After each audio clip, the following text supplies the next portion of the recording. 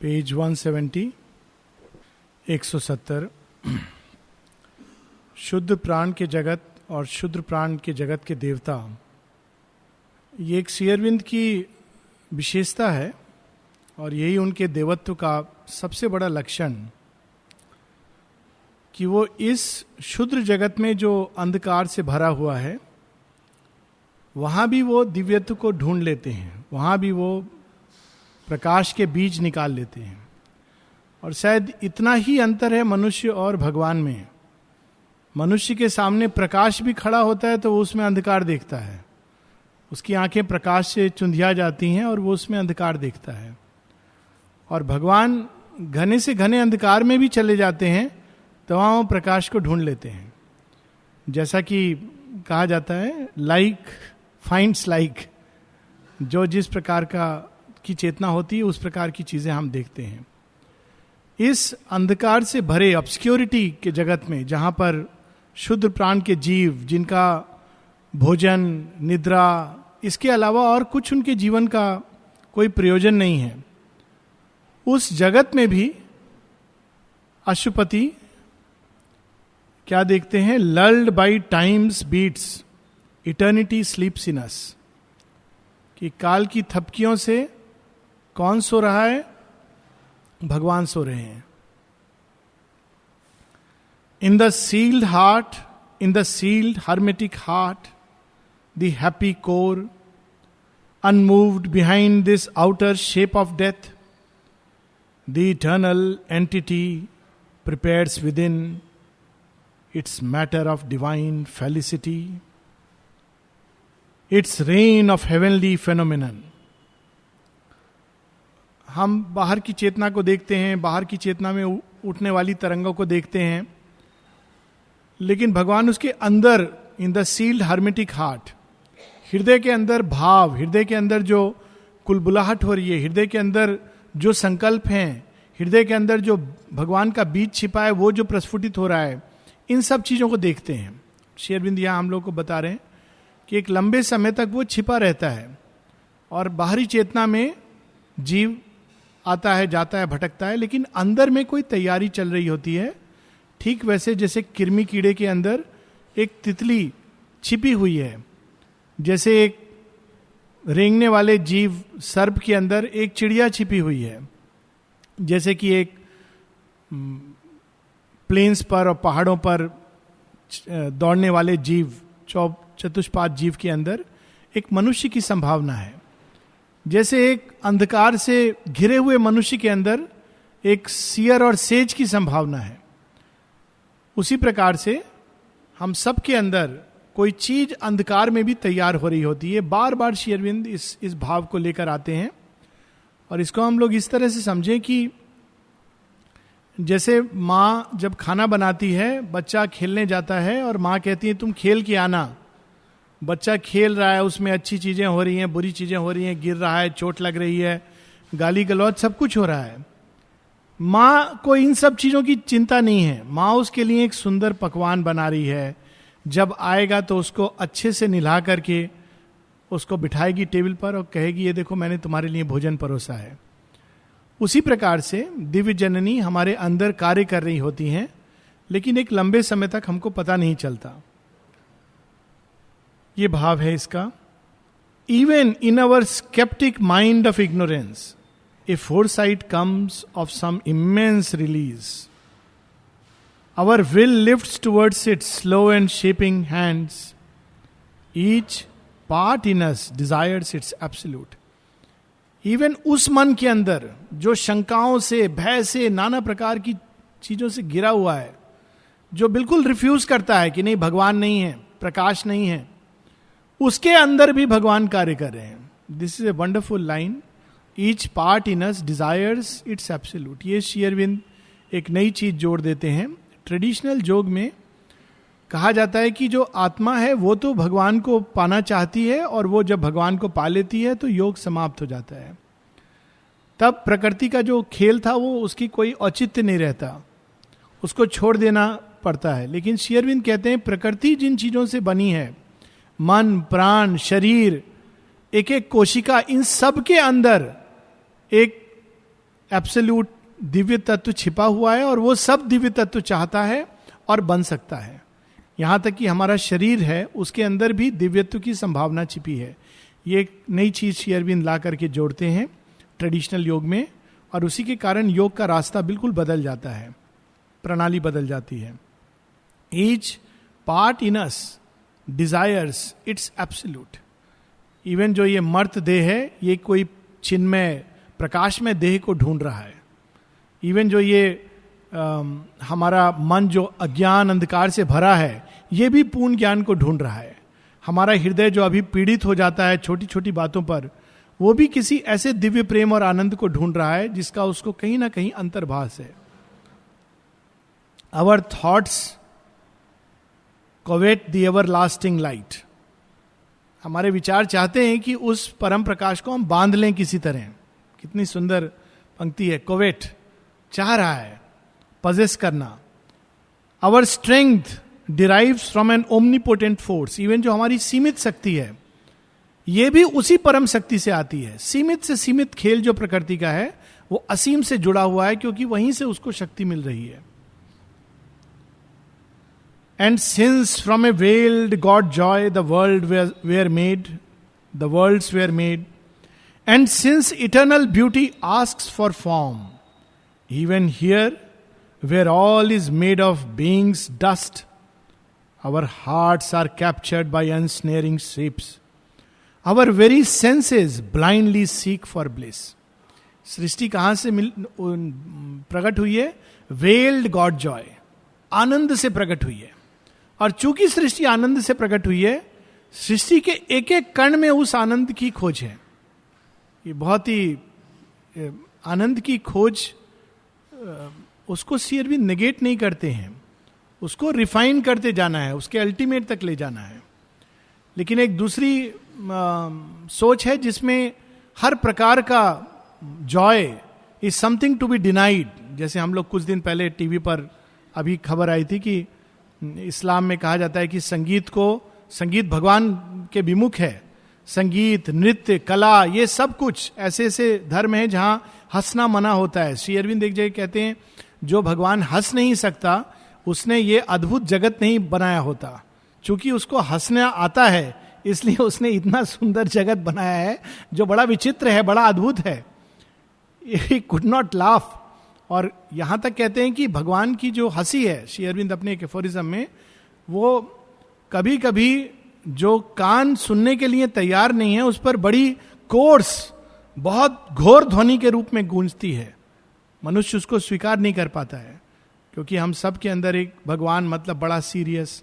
लेकिन ये संसार जिसने आनंद से उत्पन्न किया है, वो संसार को भी उसी प्रकार से ले जाता है. मां कहती है, the Lord does not take anything seriously. ये मनुष्य के साथ ये बीमारी जुड़ गई है, और उसके पीछे एक मिसट्रस्ट है. अगर हम उसकी गहराई में जाएं तो देखेंगे there is a lack of trust in the divine. Trust होने के साथ साथ जॉय आता है. तो यहां पर कहते हैं कि हर चीज, यहां तक कि यह जो जिसको हम मिट्टी कहते हैं, बीइंग्स डस्ट, जो कहानी आती कि पार्वती के मैल से गणपति की प्रकट हुए थे. तो ये जो उस परम प्रभु के डस्ट के समान पांव की धूली है, उस धूली में भी वो सुंदरता छिपी है. और इसी कारण, चूंकि वो सौंदर्य परम सौंदर्य में है और नाम और रूप ढूंढता है, इस कारण हमारी सेंसेस, यहां तक कि ये आंख, कान, ये सब कुछ उस आनंद को नाम और रूप में कैप्चर करना चाहते हैं, क्योंकि ये एक नेचुरल खोज है, क्योंकि ये सब उससे निकले हैं. Our very senses blindly seek for bliss. Our error crucifies reality to force its birth and divine body here, compelling incarnate in a human form and breathing in limbs that one can touch and clasp. तो जो कहते हैं कि भगवान है तो दिखाई क्यों नहीं देता, हमको तो देखने वाला भगवान चाहिए, ऐसा भगवान जिसको हम इन कानों से सुन सकें. श्री अरविंद कहते हैं even that aspiration is valid. और वो चूंकि मनुष्य के अंदर ये एस्पिरेशन होती है, इसलिए भगवान कंपेल होकर के ह्यूमन बॉडी में इनकारनेट करते हैं. कितनी सुंदर स्टोरी है प्रहलाद की. ये जो कि नहीं, भगवान केवल एक फॉर्मलेस सत्ता है, सृष्टि से उसका कोई लेना देना नहीं है, ये एक सीमित विश्वास है। सबसे बड़ा विश्वास किसका है? प्रहलाद का, स्टोरी में आता है। प्रहलाद से हिरण्यकश्यप कहते हैं कि राजा इस संसार का तुम्हारा पिता है। कहते हैं पिता तुम्हारी मैं रिस्पेक्ट करता हूं, पर राजा तो श्री हरि हैं। तो हर तरह से प्रयास करता है, बट ही फेल्स। फाइनली वो कहते हैं, तुम कहते हो भगवान सब जगह हैं। हाँ, सब जगह हैं। तो इस खंबे के अंदर है? हाँ बिल्कुल है, सब जगह है, तो इस खंबे के अंदर भी है। तो हिरण्यकश्यप उस खंबे को तोड़ देता है। And we have the human incarnate. भगवान वह देह लेकर आ जाते हैं, because that is the faith of the disciple. एक बार आश्रम के विषय में नलनीदा बहुत सुंदर बात कहते हैं। कई लोग डाउट करते हैं ये होगा वो होगा। नलनीदा कहते हैं, as long as there is a single person having faith, एक व्यक्ति केवल जिसमें यह श्रद्धा है कि रूपांतरण होगा और उसके लिए यहां की जरूरत है, तब तक इसका औचित्य रहेगा। श्री अरविंद एक जगह कहते हैं कि एक cause is never lost because बाहर से वो फेल्योर होता है। एक cause is lost when faith is lost, hope is lost. जब मनुष्य आशा करना छोड़ देता है, श्रद्धा त्याग देता है, तब हम कह सकते हैं कि अब ये कॉज समाप्त हो गया। Its knowledge to rescue an ancient ignorance. भगवान मनुष्य रूप क्यों धारण करते हैं? ताकि मनुष्य को उद्धार कर सके। Its saviour light the inconscient universe. ये विशेष रूप से इसका एक बैकग्राउंड भी हम कह सकते हैं, क्योंकि एक समय पहले कुछ लोगों ने, कुछ वर्ष पहले की बात है, 15 वर्ष शायद हो गए होंगे, बहुत चर्चा हो रही थी क्राइस्ट के सेकंड कमिंग की। जीसस क्राइस्ट दोबारा आएंगे। सब रिलीजन्स में सेकंड कमिंग की बात है। तो कुछ लोगों ने, जो उनका काम यही होता है कि हर चीज को नेगेटिव रूप से देखना, तो उन्होंने कहा, चूंकि अब क्रिश्चियनिटी में कहा जाता है कि Christ will save you, Jesus Christ तुम्हें बचाएंगे, तो कुछ लोगों ने मजाक उड़ाया उसका कि जो खुद को नहीं बचा सका सूली पर चढ़ते समय, वो संसार को क्या बचाएगा। यहां श्री अरविंद इसका बड़ा सुंदर उत्तर दे रहे हैं। कई बार लोग ये बोलते हैं कि मां श्री अरविंद तो स्वयं वो मृत्यु के रास्ते चले गए, तो हम लोगों का रूपांतरण कैसे होगा।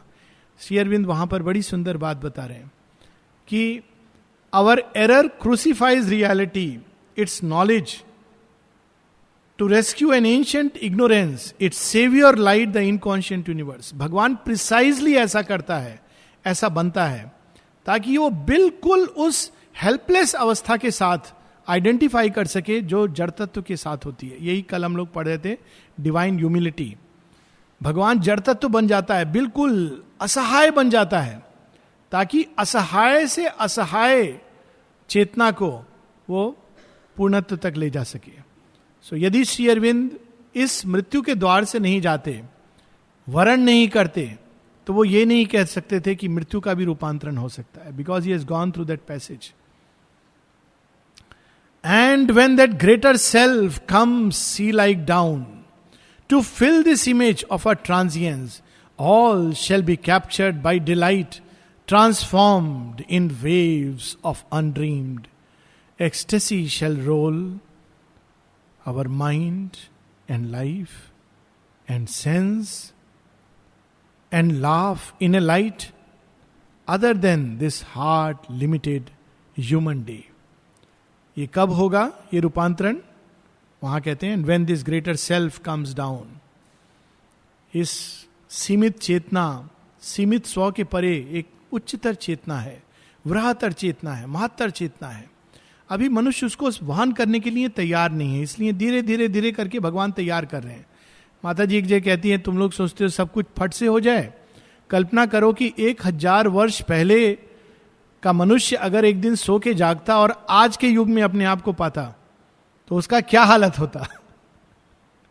एक फिल्म आई थी जिसमें उल्टा दिखाया था कि आज का मनुष्य चला जाता है, पता नहीं 1000 AD में, और फिर वो वहां जाता है तो वो कंफ्यूज होता है, वहां के 2 बींग्स यहां आ जाते हैं, उनका राजा भी यहां आ जाता है, तो वो बिल्कुल कंफ्यूज हो जाता है, क्योंकि वो खड़ा होता है पूरे राजसी वस्त्रों के साथ और एक्सपेक्ट करता है कि सब लोग मुझे आदर देंगे, लेकिन वो बिल्कुल ट्रैफिक के बीच में खड़ा हो जाता है और ट्रैफिक जाम हो जाता है और सब उनको गाली दे रहे हैं। तो वो कहता है मैं राजा हूं, मेरे साथ आप इतना अभद्र व्यवहार क्यों कर रहे हैं? तो जो इस युग के बीइंग के साथ आया कहता है महाराज आप जल्दी से चलिए, नहीं तो पुलिस भी आपको पकड़ कर ले जाएगी. तो world has change so much. तो इसलिए धीरे धीरे तैयारी होती है तो हम उसके लिए तैयार रहते हैं, वरना एक डिसलोकेशन हो जाता है. तो श्री अरविंद कहते हैं जब वो ग्रेटर सेल्फ आएगा तो एक एक भाग हमारा इतना सुंदर ढंग से गढ़ दिया जाएगा कि पूरा जीवन मात्र एक आनंद का प्रकटन होगा. It will be like waves of delight. जीवन में दुख शोक इसका कोई स्थान नहीं रहेगा. The body's tissues thrill apotheosised, its cells sustain bright metamorphosis. यहां तक कि एक कोशिका ये भी इतना अधिक रूपांतरित हो जाएगी कि इसमें से प्रकाश निकलेगा. तो डॉक्टर लोग को ये सब स्टेथोस्कोप का जरूरत नहीं पड़ेगा, अल्ट्रासाउंड का कुछ जरूरत नहीं पड़ेगा. प्रकाश को देखकर बता सकेंगे कि ये बीमार है कि ये स्वस्थ है. अगर प्रकाश ठीक निकल रहा है तो सब कुछ ठीक है. ऑलरेडी इस दिशा में कदम बढ़ चुके हैं. एक किरलियन फोटोग्राफी होती है जिससे लोग ऑरा को देखते हैं कि व्यक्ति के अंदर जो एक ऊर्जा निकल रही है वो कैसी है.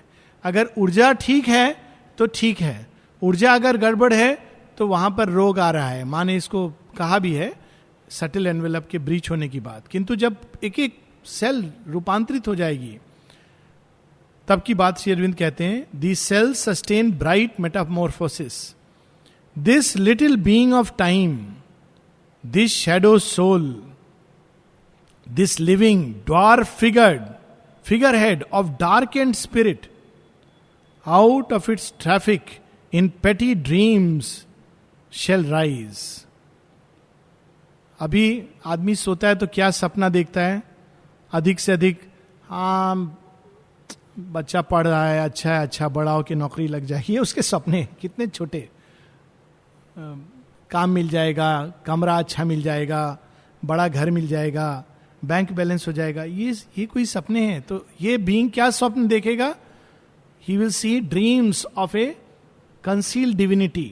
देवत्व प्रकट होगा, मन के अंदर प्रकाश में हो जाएगा, हृदय दिव्य प्रेम का वाहन हो जाएगा. तब वो ऐसे सपने देखेगा जो अभी सीमित सपनों से खुश है.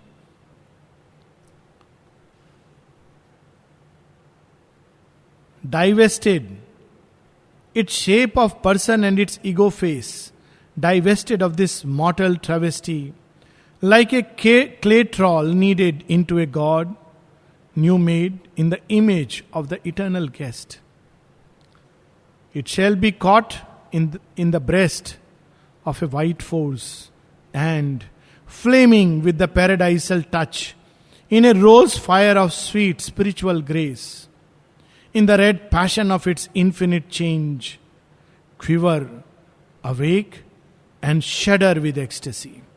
बहुत सुंदर लाइन है, इसका कोई रूप ट्रांसलेशन हो नहीं सकता है. सब कुछ इतना अद्भुत ढंग से रूपांतरित होगा कि एक एक स्पर्श, एक एक दृश्य, एक एक ध्वनि सब कुछ आनंद कन्वे करेगी स्पॉन्टेनियसली.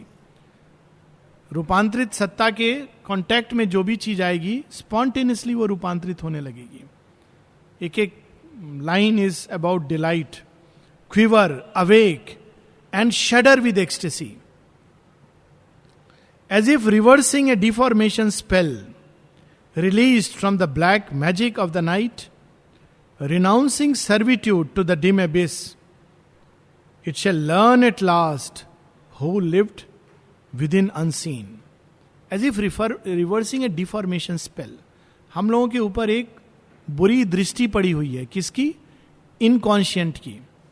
तो उसने सब दिव्य चीजों को क्रुकेट कर दिया है. जो कुछ दिव्यता आई है वो इमीडिएटली उसके स्पर्श से क्रुकेट हो जाती है. अब उसको रिवर्स करने का समय है. और ये बड़ी सुंदर स्टोरी श्री कृष्ण लीला भागवत में ये कहानी आती है. कुब्जा की कहानी है. कुब्जा टेढ़ी मेढ़ी है, बिल्कुल कमर उसकी झुक गई है और बड़ी कुरूप है. तो कहीं बाहर नहीं निकलती है. उसको लगता है कि अरे मैं मेरे जैसा कुरूप, सब उसका मजाक उड़ाते हैं. ये मनुष्य है कि वो केवल बुराई देखता है, उसका मजाक उड़ाता है. वो ऐसा है, इतना खराब है, देखने में असुंदर है. तो जब श्री कृष्ण आते हैं तो उसके अंदर नेचुरली भक्ति आती कि मैं कम से कम मिल लूं. तो घूंघट करके थाली लेकर आती, दिखाना नहीं चाहती कि मैं कितनी कुरूप हूं. तो श्री कृष्ण कहते हैं, अरे ये तुम्हें क्या हुआ है? तो अरे वो छिपाना चाहती है. श्री कृष्ण कहते हैं, पर तुम्हें तो कुछ भी नहीं है, देखो तो तुम क्यों नहीं खड़ी हो सकती हो? तो ऐसे हाथ रखते हैं, एक हाथ यहां, एक हाथ कमर पर, और वो सीधी खड़ी हो जाती है. और फिर वो जब घूंघट उठाती तो उसका चेहरा एकदम बड़ा सुंदर बन गया है. तो this story is actually symbolic of God touch which transforms humanity. It is the touch जो रिवर्स कर देता है डिफॉर्मेशन की स्पेल को. माता जी कहती हैं कि जब इंसान फॉल्सूट से जीने लगता है तो उसका यहां तक कि चेहरे तक पर प्रभाव पड़ता है, ट्विस्ट होने लगता है. मां कहती, मैंने देखा है कई बार, मेरे सामने खड़ा हुआ है, अच्छा खासा व्यक्ति है, अचानक वो झूठ बोलने लगता है. माता जी से बहुत झूठ बोलते थे लोग, आश्चर्य होगा सुनकर. माता जी कहती हैं, they think I don't know. उनको लगता है मैं नहीं जानती, मैं सब जानती हूं, पर मैं कुछ कहती नहीं. वो स्माइल करती रहती थी क्योंकि वो केवल प्रकाश को देखती थी. मां कहती हैं, और वो जब झूठ बोलता है, बोलने लगते हैं लोग, तो उनका पूरा चेहरा ट्विस्ट होने लगता है. और मैं सामने सामने देखती हूं कि फॉल्सूट किस प्रकार से हर चीज को टेढ़ा मेढ़ा कर देता है. बड़ी सुंदर एक लाइन है श्वेताश्वतर उपनिषद में साइकिक बीइंग के बारे में. साइकिक बीइंग क्या करता है? It makes the crooked straight. अग्नि भी यही करती है, it makes the crooked straight. जो टेढ़ा मेढ़ा है उसको सीधा कर देती है. जो अंदर में कुटिल जटिल है उसको ठीक रास्ते पर ले आती है. और इसीलिए जटिल कुटिल भी भगवान के पास आते हैं. सीधे लोग आएंगे तो भगवान का क्या फायदा होगा? सीधे श्री रामकृष्ण से किसी ने पूछा था, आपके पास कैसे कैसे लोग आ जाते हैं, कोई शराबी है, कोई जुआरी है, कोई कुछ और है, ऐसे लोग को आप क्यों अपने पास रखते हैं? कहते हैं जटिल कुटिल की भी जरूरत है. जटिल कुटिल को भी मैं बुलाता हूं. सो ये नहीं कि जटिल कुटिल होना अच्छी बात है, but it is going to be, उसके लिए भी आशा है, क्योंकि by the divine touch it can be transformed. It shall learn at last who lived within unseen and seized with marvel in the adoring heart, to the unthroned child Godhead kneel aware, trembling with beauty and delight and love. जब एक बार मनुष्य ये जान लेता है कि उसके अंदर कौन छिपा हुआ है, वो कितना सुंदर है, कितना प्रकाश में है, कितना आनंद में है, तो नेचुरली वो उस चीज को ढूंढने लगता है सब जगह. और चूंकि वो उस चीज को ढूंढने लगता है, वो हर जगह उसके आने की संभावना प्रकट कर देता है. लेकिन इसके पहले क्या करना है हम लोगों को? But first the spirit's ascent we must achieve out of the chasm from which our nature rose. The soul must soar sovereign above the form and climb to summits beyond mind's half sleep. Our hearts we must inform with heavenly strength, surprise the animal with the occult God. लेकिन ये संभावना पूरी हो उसके पहले हम लोगों को स्टेप बाय स्टेप, मन तत्व में अभी हम हैं, कई लोग केवल प्राण चिन्ह में हैं, प्राण चिन्ह की जगह मन चिन्ह में, मन चिन्ह की जगह आत्म चिन्ह में, और इस प्रकार चेतना के उच्चतर स्तरों में चढ़कर हम लोगों को इस एनिमल को, this animal is the physical consciousness, इसको दिव्यत्व के स्पर्श से सरप्राइज करना है. इस टच के साथ वो तैयार होता है. इसको श्री अरविंद स्पिरिचुअलाइजेशन कहते हैं, जिसके थ्रू हम लोग तैयार होते हैं सुप्रामेंटल टच के लिए. और यही जो जितने भी देवता हैं इंडियन थॉट में, सब ज्यादातर के वाहन पशु हैं. और अगर हम इजिप्ट के उसमें जाएंगे, जो ऑकल्ट मिस्ट्रीज है जहां, तो वहां देवता ही पशु का रूप लिए हैं. ज्यादातर देवता जो एंशिएंट इजिप्ट के हैं वो पशु के रूप में हैं. और भारतीय उसमें जाएंगे तो देवता तो अलग रूप है, लेकिन पशु उनका वाहन है. तो पशुत्व को छोड़ने की जगह उसका रूपांतरण, पहले उसके अंदर दिव्यत्व का आना, देवत्व का आना, देवत्व का आने के बाद दिव्यत्व का आना. यहां श्री अरविंद उसको संकेत दे रहे हैं कि जैसे जैसे हम लोग चेतना में ऊपर उठें, वैसे वैसे इस प्राण को, इस नर्व्स को, इस हृदय को, इस मन को, उसको उतार कर प्रकट करने की चेष्टा करें, तो वो तैयार होता है. Then kindling the gold tongue of sacrifice, calling the powers of a bright hemisphere, we shall shed the discredit of our mortal state, make the abysm a road for heaven's descent, acquaint our depths with the supernal ray, and cleave the darkness with the mystic fire. Gold tongue of sacrifice एक बहुत सुंदर विधान है. एक शब्द में श्री कृष्ण इसकी तरफ संकेत करते हैं गीता में. सृष्टि की रचना उन्होंने यज्ञ से की है, और विधाता सृष्टिकर्ता को हम लोग यज्ञ द्वारा पा सकते हैं. यज्ञ इज सैक्रिफाइस. ये सैक्रिफाइस का दो रूप आता है. भगवान जब सैक्रिफाइस करते हैं तो दो तरह से सैक्रिफाइस करते हैं. अपने एकत्व को अनेकत्व में वो बिखेर देते हैं, सब चीज में फैल जाते हैं बिना किसी डिस्टिंक्शन के. ये ऊंचा है, ये नीचा है. और दूसरा, ऊंचाई से नीचे एबिस में चले जाते हैं. ये नहीं सोचते हैं कि अरे वहां जाने से तो मैं भगवान नहीं रहूंगा. Completely sacrifices himself. Same process भगवान की प्राप्ति में है. Double sacrifice. One, sacrificing the lower for the higher. Second, sacrificing the limited ego for the sake of the universal. और दोनों ही आर एक्ट्स ऑफ लव. कल हम लोग पढ़ रहे थे, माता जी कहती हैं कि जो लोग केवल ऊपर रहना चाहते हैं और कहते हैं कि नहीं नहीं हमको दुनिया से कुछ लेना देना नहीं है, हम अपने अंदर भगवान को पा रहे हैं. माँ कहती है ये बहुत बड़ा इल्यूजन है. अधिकतर लोग, ये लोग अपने अहंकार को ही भगवान का रूप दे देते हैं, उसी को बढ़ा चढ़ाकर एक भगवान की रचना कर देते हैं. वास्तव में वो भगवान को नहीं जानते, क्योंकि वो प्रेम को नहीं जानते. माँ कहती they don't know what is love. Love is sacrifice. पूरे सृष्टि में अपने को देना. तो सैक्रिफाइस द्वारा हम लोग नीचे और ऊपर, सीमित और असीम को जोड़ते हैं. यहां पर केवल इसका हिंट दे रहे हैं श्री अरविंद. अब ये कैंटो समाप्ति की ओर है. अश्वपति ये सब देख लेते हैं, शुद्र जगत को, शुद्र प्राण के देवता को, शुद्र एनर्जीज को, और उनके पीछे छिपे दिव्य प्रयोजन को. उस अंधकार में भी जो दिव्यत्व छिपा है और स्ट्रगल कर रहा है बाहर आने को, ये सब देख लेते हैं. अब वो आगे की ओर कदम रखते हैं, उसके परे बियॉन्ड जाने के लिए. Adventuring once more in the natal mist. Natal mist, natal birth, उसी से एंटी नेटल, पोस्ट नेटल, ये सब आता है. तो वो एक ऐसा धुंध है, कोहरा सा वो जगत है जहां पर जन्म, पहला जन्म, या कहें कि प्राण का पहला बीज, जीवन का बीज वहां बोया जाता है. It is the first step जहां जड़ तत्व के अंदर जीवन प्रकट होता है. इसीलिए श्री अरविंद कहते हैं natal mist. He through the astral chaos shore away mid the grave faces of its demon gods. उसमें जो देवता हैं वो एक दृष्टि से देखें तो देवता क्षुद्र देवता हैं, दूसरी दृष्टि से उनका जो स्वभाव है, उनकी जो प्रकृति है उन देवताओं की, वो डेमन्स, असुरों, राक्षसों की तरह हैं. और बहुत से ऐसे देवता पूजा किए जाते थे पहले, पता नहीं अब किए जाते कि नहीं. जैसे एक होती थी भारतवर्ष में शीतला माता. हर एक रोग के पीछे एक देवी देवता होता था और कहा जाता था इनको शांत कर दो तो तुम्हारा रोग ठीक हो जाएगा.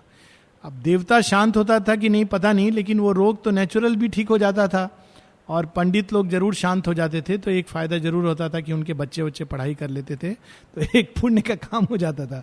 बट इसके पीछे एक ट्रुथ था. ट्रुथ ये था कि इन सब के पीछे एक सूक्ष्म शक्तियां कार्य करती हैं और वे डेमोनिक, या हम एक दृष्टि से देखें फॉलेन, भगवान से डिराइव्ड पावर्स हैं पर निम्न जगत में आकर के बस गई हैं. तो अश्वपति उनको किनारे हटाते हुए आगे जा रहे हैं.